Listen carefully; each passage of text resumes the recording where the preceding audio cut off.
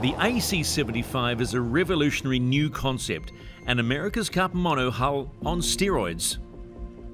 To start with, it's big, 75 feet long, 16 feet wide. But it's also light, which is crucial because the AC75 is designed to fly. And it's different. Rather than a keel, a brand new concept keeps it standing. Foil cant arms move under or outside the boat to provide the leverage it needs to stay upright. Some parts of the boat are supplied. The mast, rigging, foil cant arms and their hydraulics are all stock components. But there are still plenty of areas that designers can experiment with to find a race-winning edge. There is lots of free thinking in this rule, and it was done on purpose actually when we worked on the rules, so the design space is really big.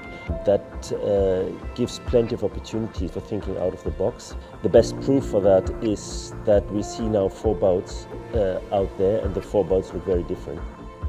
I would say there's on one side American Magic and Ineos. They have pretty flat hulls, and then there's Team New Zealand and us. We have these hulls with a hump at the bottom. That shows that we had quite different ideas on how the boats will be sailed. One of the fundamental decisions you've got to make is whether the crew are going to transfer from windward to leeward through a tack or a jibe. It's a really interesting sort of design trade-off there of whether you move the crew or keep them fixed. We'll find out who's got it right and who's got it wrong. A new evolution is the twin skin mainsail. The double sail skins combined with the spar to form a wing, generating the power the AC75 needs to foil. A sail is effectively a wing that stands vertically. So instead of just a single mainsail that a conventional yacht has, we've got a twin or double-skinned mainsail, which gives a really efficient aerodynamic section. If you took a cut through that, it would look like a D section at the front with the 2 skins coming aft, much the same as an aircraft wing. Underwater is where things get really interesting this America's Cup, but the story starts inside the boat. The foil cant system is brand new technology, a battery-driven hydraulic power unit that supplies the energy to lift and lower the immensely strong and heavy foil cant arms. As the boat swaps tacks, the cant system is activated, placing one hydrofoil in the water and lifting the other one out, where its weight becomes ballast. At the end of the arms lie the team's secret weapons, the foil wings. Apart from basic rules governing dimensions and weight, these are open territory for designers.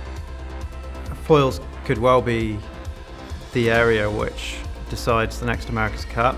The principles which allow an AC75 yacht to foil are basically the same principles that allows an aeroplane to stay in the air. So we've got an airfoil section on the foils, which is roughly the same cross-sectional shape as an aircraft wing, and the flow over the top of those foils is faster than the flow underneath due to the geometry of the section shape. That creates more pressure underneath, which lifts the 7.5 tons of the yacht and her crew. A new advancement this Cup, the foil wings have trailing edge flaps, just like on a plane, providing extra lift on takeoff and giving the crews precise control over ride height. So for the foils, we decided to allow flaps on their trailing edges, which are much the same as ailerons or flaps on an aircraft, which can rotate to control the amount of lift, but ultimately it allows you more precise control of the lift and therefore the ability to fly.